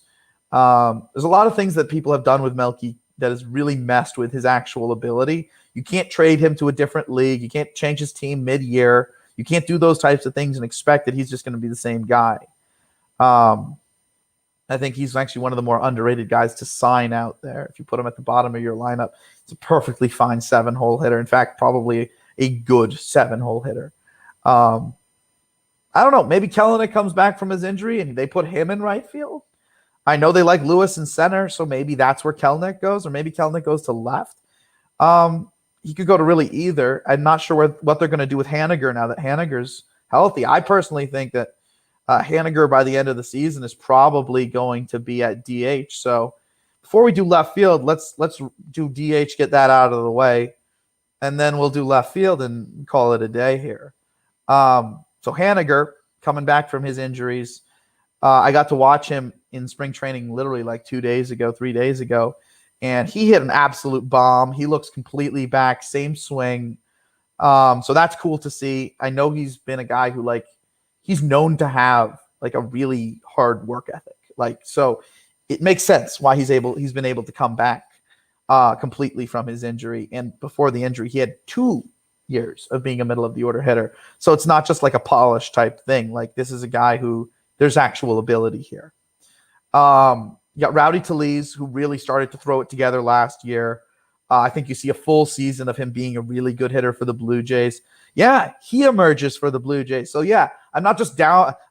Don't get the perception that I'm just down on every Blue Jay. There's quite a few Blue Jays that I think are going to be monsters this season. Vlad Guerrero, Rowdy Tellez, Springer, Lourdes Gurriel. I'm not just hating on all the Blue Jays. It's just there's some that are going to go through growth. But yeah, Tellez is going to be awesome. Big power hitter. JD Martinez recovering from the effects of the juiced ball going away. And he's going to do fine in Fenway. I'm not worried about him. It's JD. I mean, he's been crushing the ball to middle of the order numbers for the last decade. Don't worry about that guy.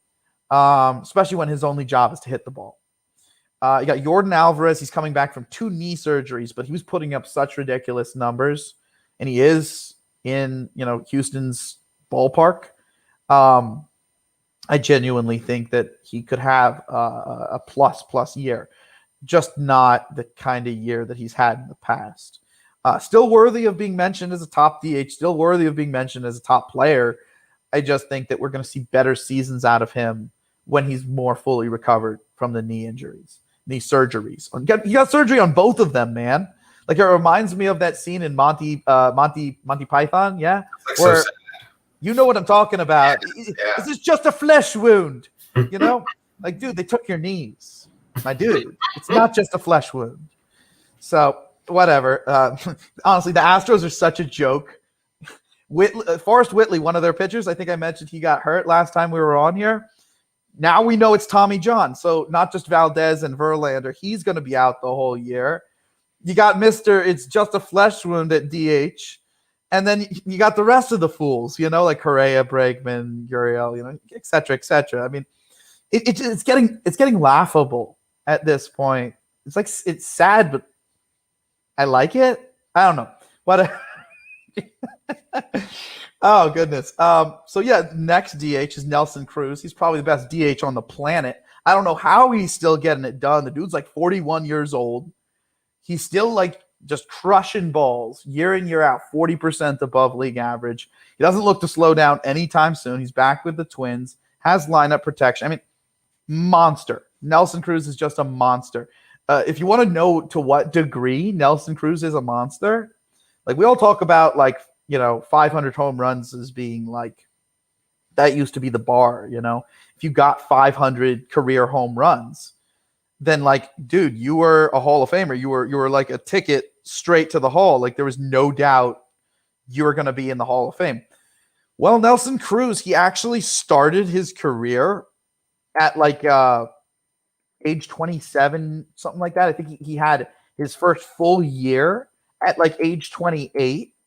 Okay. So you're looking at a guy who really hasn't exactly been playing in the show and been being that kind of guy.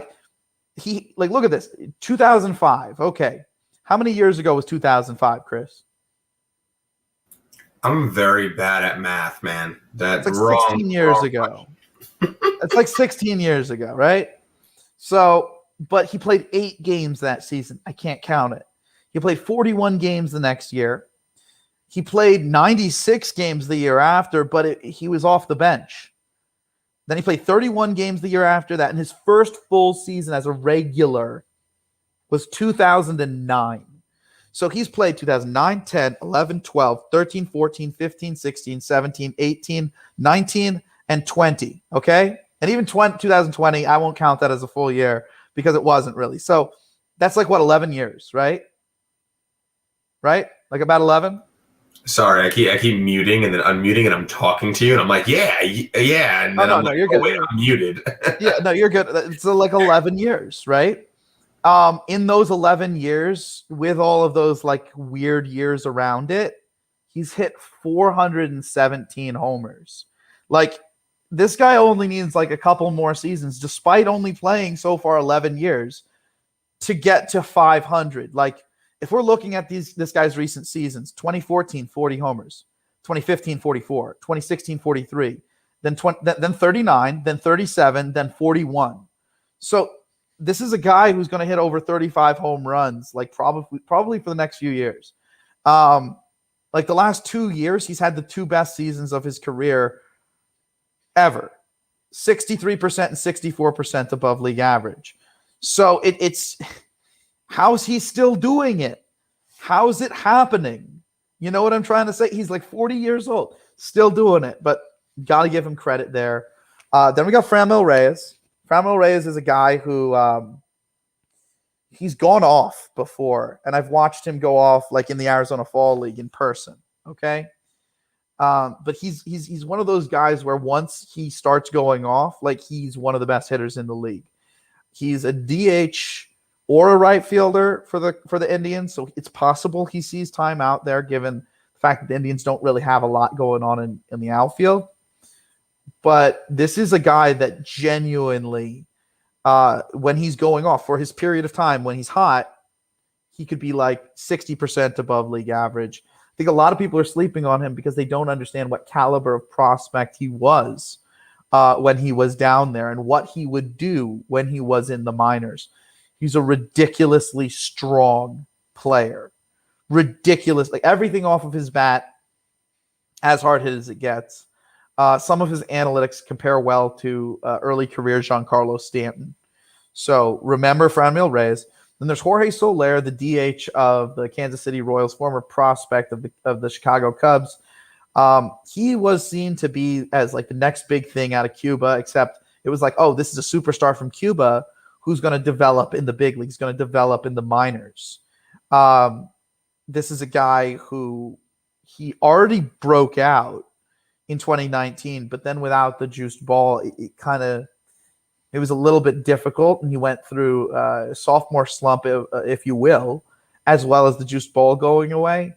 But Baseball Savant's XBA and XSLG both said he should have hit a lot better than he did last year, and now he has more lineup protection than he's had at any point in his career. He knows he's going to be the DH. He knows that, he should just be concentrating on hitting. I think he has a rebound season, and I think not only does he do what Baseball Savant said he would, but I think that he does better than that. So then we got Stanton, Giancarlo Stanton. We all know what Stanton can do when healthy. Stanton had a 59 home run season without lineup protection in the massive ballpark that is the Miami Marlins ballpark. His first year in adjusting to the American League, he hit like 37 or 38 home runs in like 115, 117 games for the New York Yankees. Then he got hurt, missed basically a full season in 2019. 2020, he did get hurt, but if it had been a full season, he would have still had the opportunity to play 100 games. So we don't know if it's 2 injury-prone seasons in a row because we couldn't find out. We couldn't tell. There wasn't a big enough season to figure out if Stanton was just going to be continually getting hurt because he was healthy at the end of the season, and he was healthy through the playoffs. So what's to say he wouldn't have just kept being healthy? If you add the number of games that he was healthy in the regular season to the number of games that he was healthy in the playoffs, I believe he got like 40-something games already. So like 60-game season, where quite literally 100 games aren't being played, that might be 140 games. You know what I'm trying to say? So, or if you want to not include the playoffs, maybe 120 games. So point being is that you can't really tell how healthy Stanton is, or if he's, is he an injury prone guy officially, or is it just the same, this is a guy who does get injured and miss significant periods of time every few years and who misses, 30 games every year, but that's more of because of how huge he is. Bigger guys will miss 30 games a year. This is, happens with Judge too. If you're 6'6", 6'7", you can't stay healthy for a full 162 games. That's just, the human body won't do that. So I don't really ding him in that kind of way. But so long as Stanton can be healthy for like 110 games at DH, he's one of the best hitters in the game at this point in his career. Although it's worth mentioning his exit velocity is now down about 5 years in a row. It's worth mentioning that he's hitting more balls on the ground than ever. And it's worth mentioning now he's walking more than ever. So, maybe he's found a way to hit for more power, and those are just the side effects, or maybe there's a decline going on. So, but we will see. He's got a great ballpark for him. He's got a great organization for keeping him in shape. He's got great lineup protection. So maybe he can keep it going. So that's what I'm betting. That's why I have him here. I'm not the biggest fan of Stanton. I just acknowledge that, even though he's not my type of ball player, he is an elite ball player. Next, I'm moving on to Eloy Jimenez. And by the way, Stanton probably could still be a good defensive outfielder. Who's to say he couldn't just go out to the outfield and be the same guy he used to be, assuming the health, like I say, is the same as it used to be. He's an elite defender in a corner outfield spot, specifically if it's right field. So if the National League wants to take that contract, I don't mind it. Anyway, you got Eloy Jimenez, who's probably going to spend – look, here's the deal. Eloy Jimenez wants to spend time in left field. He's a terrible, terrible outfielder. And you have Adam Eaton and Adam Engel and Luis Robert. So if you can, I think at least while Andrew Vaughn is in the minors, probably start the year in Double-A. I think the White Sox are going to have Eloy at DH to start the year. Now, given that they have Eaton, who's a plus right fielder, and you can kind of shade Luis Robert towards left field, you'll probably be able to cover up for the deficiencies in Eloy Jimenez defensively when he moves out there, when Andrew Vaughn comes up, and when you move Jose Abreu to DH. That being said, Eloy's his bat. Eloy is all bat. He reminds me of a young Nelson Cruz. Same kind of approach, same kind of swing, same kind of power. Even Nelson Cruz started, his big league career as a corner outfielder with the Baltimore Orioles. So, and Texas Rangers. Which one was he with before? Was he with Texas first? I think he was with Texas first. I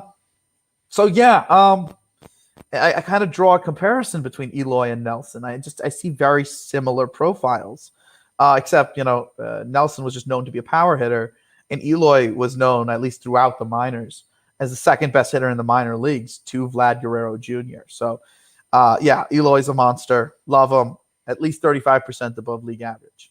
And then you got guys like Miguel Cabrera, where he's, a good player. Second half, he showed he still got it. If you look at his second half numbers, you look at his baseball savant numbers, and you look at those, whether you're talking about what he's putting out there or whether you're talking about the actual results in the second half, he can do it. It's just in as big of a ballpark as Detroit is, with very little lineup protection. It's hard for Miguel Cabrera to do much. Pitchers are going right after him. He's not seeing hittable pitches because he doesn't have lineup protection.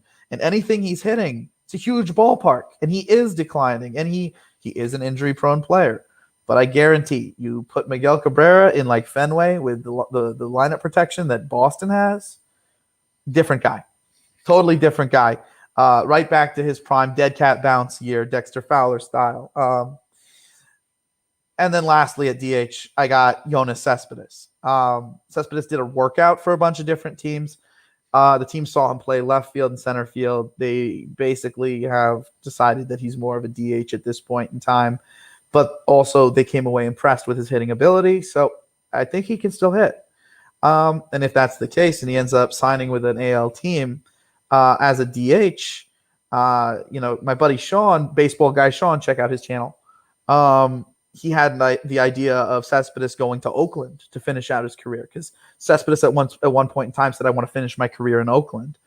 And Oakland just traded Chris Davis to the Texas Rangers to get Elvis Andrus. So DH is kind of in flux for them, and Cespedes kind of fits like a glove, if you will, like a baseball glove.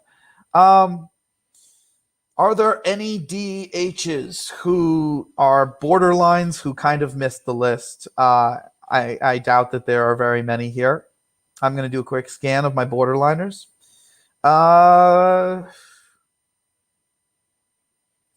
Don't see any DHs so far. And there are not any. Well, there's one. In the White Sox system, they got this guy named Yermin Mercedes. If he ever escapes that system, or if they start the year with Eloy in left field and they just put Yermin at DH at least to build up his trade value, maybe deal him mid-season when Vaughn is ready. Yermin can hit. He may not be able to do much else, but Yermin can hit. He walks. He hits a lot of doubles, 25 homer power. Probably about 25 to 30% above league average with the bat once he adjusts to the big leagues. He is pretty polished, so maybe his first year you get big performance out of him. But that's basically the only DH on the borderline list. And then lastly, left field to just finish things up. Dom Smith, monster hitter. He should be a first baseman, but the National League doesn't like a DH, so Pete Alonso's not at DH. So Dom Smith has to play left field. Do you want to finish up left field right now, or do you want to save that for another episode? Well, we're about 1 hour and 42 minutes in. I think if I finish up left field, we can take us right to 2 hours and we'll be good. And then I think that caps it. So let's just run through it and then we'll be good. Do it. So Dom Smith, he's definitely a middle of the order hitter and a left-handed hitter at that. Hard to find left-handed middle of the order hitters these days. He should be a first baseman because at first base, he can actually play defense, which not a lot of first basemen can, but right now they have to put Pete Alonso there because Pete Alonso can't play left field. Clint Frazier, who's going to have a monster season. If you haven't seen it against, I believe, Pittsburgh like a day ago, Frazier hit a ball that hasn't come down yet. It's left the stadium. It was one of the hardest hit balls I've ever seen hit. It was hit like as hard as I expect Stanton or Judge or anyone else to hit the ball. Frazier's one of my favorite players. He's about to go off on the league. Talking about people who went off on the league, Marcell Ozuna, my goodness, the Braves bringing him back was a brilliant move. Now all of a sudden the Braves are going to really be able to contend at the top of that division with the Mets and with the Nationals. But my goodness, Ozuna hitting for average, now getting on base at over 400 clip and hitting for ridiculous power. I mean, if he can just stay there and keep doing that for the rest of his career, he's golden. It sucks a little bit that he has to play left field next year. Part of the reason why he was so good was he was a DH for them. And, National League had the DH last year. But I think he'll still be able to hit to this degree. He's dialed in the zone after being a very aggressive hitter, and this is what happens when that happens. Players go off. You got A.J. Pollock, who had a rebound season last year. I've always been a Pollock guy. Initially, actually, I wasn't, to be fair, but after his first 2 seasons, I was. Because I thought he was just a polished play. I thought he was just a guy who was very polished and just kind of, once the league adapted. But he changed his swing, and he became an even more dynamic base runner, and now he's finding ways to be healthier and, hit even better. Love Pollock. Great addition to the Dodgers. Then you got Christian Yelich, who I guess I should have named him amongst the left fielders now because Bradley is going – no, Yelich, no, sorry, he is among left fielders. What am I talking about? Yelich is a MVP candidate. I have to always think about how the Brewers are redoing their outfield. It scrambles my mind for a second. But Yelich, he's an MVP candidate. Last year he didn't do much because he was recovering from a knee surgery. Should be the same guy. Not worried about him at all. One of the best players in baseball. Then you got Lourdes Gurriel, that Blue Jay guy that I said was going to have an awesome year. He's their left fielder, hits for average, hits for power. Don't boo him, Yankee fans. He's not Yuli. He's Yuli's younger brother. Leave the kid alone, okay? Boo Yuli. Yuli's an Astro.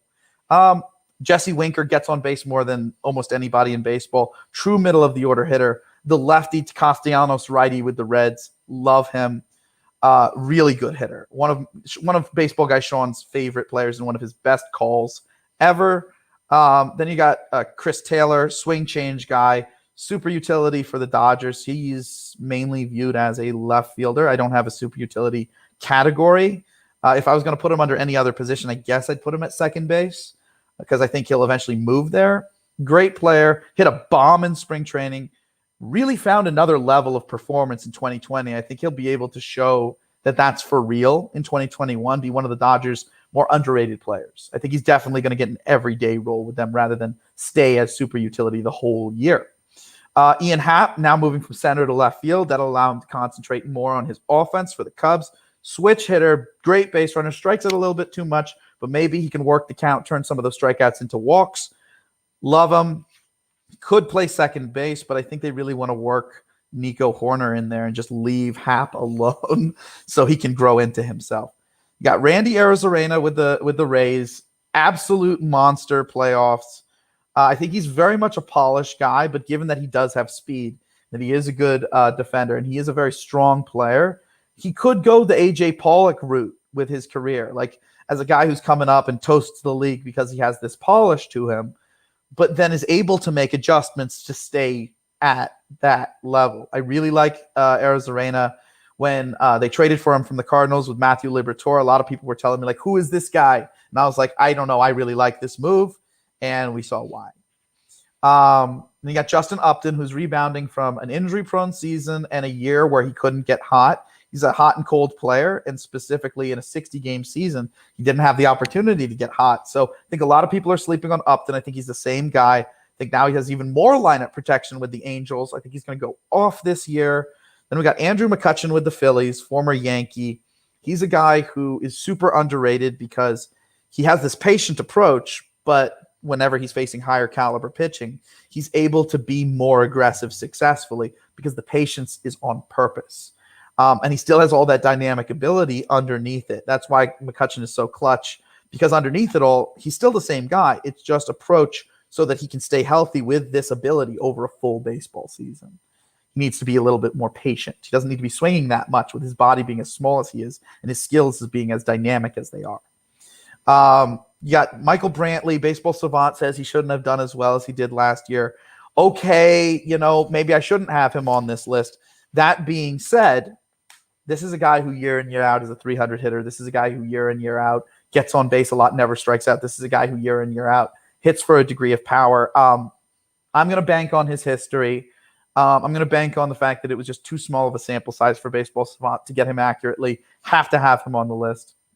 Then you got Brett Gardner, who is kind of like the Kevin Pillar of the Yankees. The Yankees have a center fielder who's a switch hitter and right fielders and DHs and left fielders who are righties. So Gardner's going to get his time, especially with Hicks and Judge and Stanton always having those injury concerns. And Gardner he'll play a full year. and he's also a fairly hot and cold player. He started to really heat up at the end of last season, but it wasn't quite enough to affect his full season numbers. So a lot of people think, oh, Gardner's finally done, because people have been waiting on him to be done for basically his entire career. Like, actually, even Yankee fans. Oh, get rid of Gardner. He's too old. He's done. Dude, he's a hot and cold player, and he heated up at the very end of a 60-game season. He's basically the same guy. He's an elite defender, as good of a defensive left fielder as you can get in the game. One of the best leaders in baseball. And when you're measuring him with a measuring stick, you can't measure him against Justin Upton. You have to measure him against actual other leadoff types. He's one of the best leadoff types in baseball. The Yankees need lefties. The Yankees need speed. The Yankees need defense. They need versatility. I'm sorry, I don't get the Gardner hate. It's ridiculous to me. You got Tommy Pham, who looks like he's changed his batting stance so he can engage his back shoulder more, get more torque going. I think his power is going to come back this year. I think Pham has a chip on his shoulder. I think he's there to prove everybody that he can still do it, despite getting stabbed 2 times in the last 2 years. Yeah, stabbed. Anyway, like randomly or like I don't know, man. I just know he's been stabbed twice, and I just don't want to get into it. It's ridiculous. So anyway, apparently the doctors told him he's lucky that he can still play baseball or whatever, which is that's what you need to hear to motivate you. Goodness gracious. So I do expect a good year. Man, I hope he stops getting stabbed. Me too. Then the last 3 left fielders I got here: Kyle Schwarber, not really the greatest fielder, but now he's joining the Washington Nationals, which is really cool. He's joining Juan Soto's club, along with Josh Bell, both of those power hitters joining now the middle of the order hitter, Trey Turner. Yes, he can finally hit at a middle of the order. It's not like he's just a guy who hits enough to be driven in. He drives in. He drives runners in now. So you have the righty Turner, you have the lefty Soto, and then you have the switch hitter Bell, who's better from the left side. And you have Kyle Schwarber, who's better from the left side, well, who is a lefty, rather. Now, Schwarber really exploded in the second half of 2019, and I do think that was truly him coming out and becoming the Kyle Schwarber. And I don't think he was ever really right in 2020, especially with the ball change. He didn't look like he was capable of pulling the ball the way he used to. It didn't look like he could come around on the swing. If you look at his highlights, he's very jammed up. It looks like he's not able to really swing the bat, personally, in a way that's going to allow you to use your lower half and hit for power. He closes himself off. So I've heard he's made adjustments this offseason. And I do want to say, having watched Kyle Schwarber before he was even a big leaguer, this was a guy who, I very much, very few amateur players blew me away to the degree that Kyle Schwarber did as a hitter.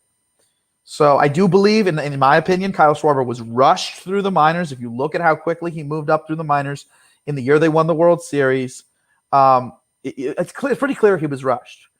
But if this guy does adjust, if what I saw in the minors can translate to the big leagues, we're looking at an Ortizian offensive talent. And, in theory, if he's on a team with Soto, maybe, there's a little bit of tips and tricks that get converted there. I don't know. He's got a 1-year contract. He's going to be on the market next offseason. It's a prove me year, and I think he's going to go off.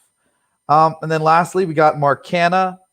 Plays good defense, walks a lot, probably more of a doubles hitter than a true power hitter, although he'll be right around 20 homers.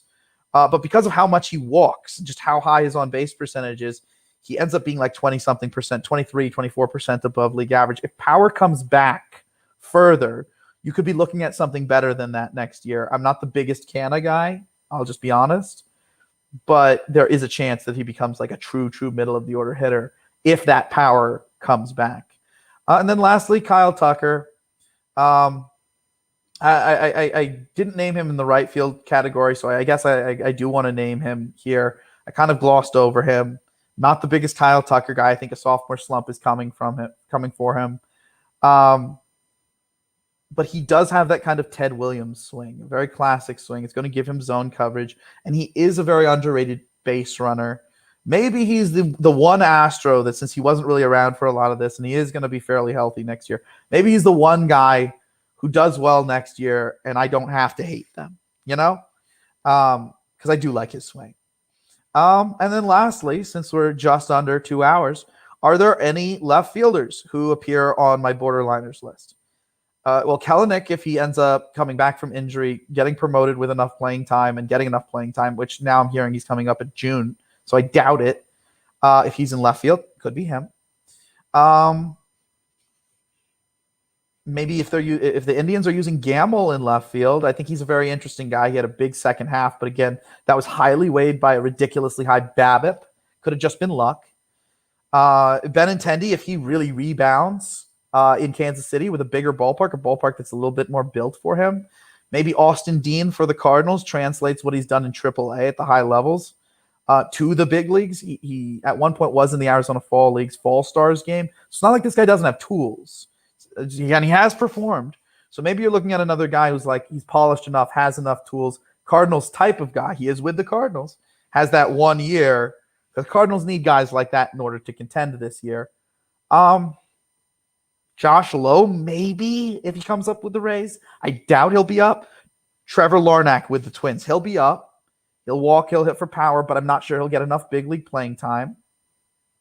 Maybe Jake Fraley, because Jake Fraley, like the angle that he hits the ball, allows him to hit for more power than the speed he hits it. It's like a Didi swing, lefty Didi swing kind of. Didi doesn't hit the ball hard, but he hits it often and at the perfect angle. Same kind of swing. I'm pretty sure that's it. Oh, Austin Meadows. If he's healthy enough and he's able to bring back his power stroke, then yeah, that's another guy who's a borderliner for the Tampa Bay Rays. But he does have an extensive injury history, and that power stroke, it went away without the juice ball. And when he did hit for that power stroke in AAA, it was for a limited amount of time after changing organizations, which could have been changing approaches. And I believe it was with the juice ball in AAA. So I don't know how much to really believe in Meadows, but I want to believe in him because he's the high school rival of Clint Frazier. Like, they both grew up like a town apart and would constantly, on their high school teams play each other, get compared to each other. I'd like to see that continue between the AL East rivals, the Rays and the Yankees. I think that would be pretty neat to watch. And that's everyone. That's literally everyone. That's the DHs, that's the left fielders, that's the right fielders, that's the center fielders, that's the borderliners on the list. There's a few other guys that I really wanted to find ways of putting on the list. I want to find a way to get Darren O'Day on the list. I really have been a big O'Day guy for a while, and I don't think O'Day's a guy where you only need to play him versus one-handedness. I think you can play him versus both. Maybe find a way to get Aaron Bummer on the list, because Aaron Bummer is a guy who his ground ball percentages are going to rival Zach Britton's, or Garrett Crochet or Kopech, those two guys who throw over 100 miles an hour, one righty, one lefty for the White Sox. Or if Victor Gonzalez repeats his last year with the Dodgers, but with over more innings, or Gratterall emerges further, or Urias somehow stays healthy and is able to pitch a full season. I doubt they're going to give him a full year. I think he'll probably play a lot in the bullpen. Maybe Pomeranz. I've been a Pomeranz guy for quite a few years. I'm sure if you moved German Marquez out of the Rockies, he'd be a fantastic pitcher, even better than he is now. Or even Taijuan Walker for the Mets. I think he's very underrated. Adrian Morjan, I believe that's how you say his name, or Moron, or I don't know exactly how to pronounce his last name, and it's too close to moron for me to mess that up there. So I'm just going to, him. Reliever for the Padres if he gets traded. Heck of a starter for another team. Garrett Richards, he's another guy who's a borderliner. Could be a real good starter for the Red Sox, but I need to see what he is when he's healthy. Maybe Domingo Germán, but that's basically it. And I think between all of the different videos that we've done, we've now covered every player who's either a top 200 or a borderliner. I think we got everyone. I mean, I'd call that a really successful live stream. We got through it. You got through every single player. I'm back. Oh my goodness. I'm back on the show. Oh my God, there you are. I've been hiding in the background somewhere, doing things like this. So don't forget to follow us for future content. Don't forget to check out the Hot Takes podcast, available on all major podcasting platforms. This is not our last live stream. We will be back with more live streams. James has got so much more info to share. So many things happening in the world of baseball. And yeah, thank you so much for tuning in and watching. See you on the next one.